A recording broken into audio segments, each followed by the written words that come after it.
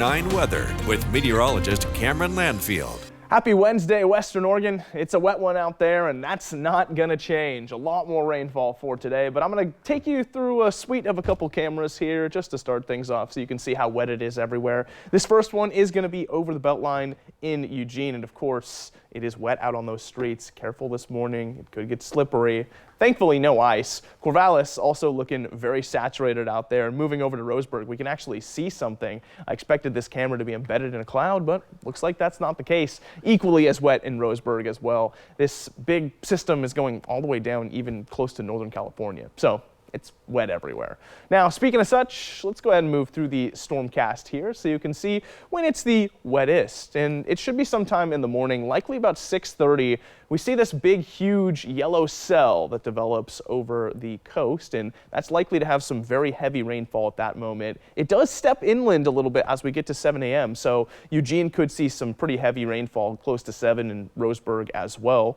Moving forward from there, there's another little bit of a heavier hit for Newport at 8 o'clock, but it looks like as we get into about 9 a.m., things get a little bit more relaxed. Still, of course, very, very wet, but just none of those big downpours, except for over Sweet Home. I do want to point out the pink and blue over the mountains, which means snow is going to continue to fall out there. I'll show you what the models are pointing out for the accumulations, but it's important to note we are in a winter weather advisory over the high elevations today, so don't go over the passes if you don't have to. The visibility is going to be really low.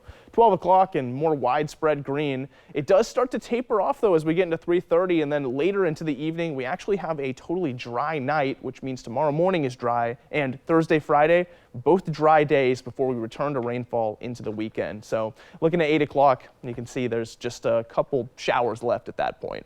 Here's the rainfall totals for today. They could be a lot higher than this. I've seen some models pointing towards ½ an inch for Eugene and even an inch out on the coast, but this is the conservative values. Moving into the snow values, they are also looking pretty conservative on this model. I've seen up to potentially 8 inches over the passes as well. So like I said, stay out of that area for today. It's going to look a lot better for tomorrow, though. 7-day forecast shows you 52 on the coast for today. Foggy tomorrow. Like I said, Thursday, Friday is dry everywhere, but we get very wet Saturday through Monday. There's an atmospheric river on the way. We heat up into the 60s, too.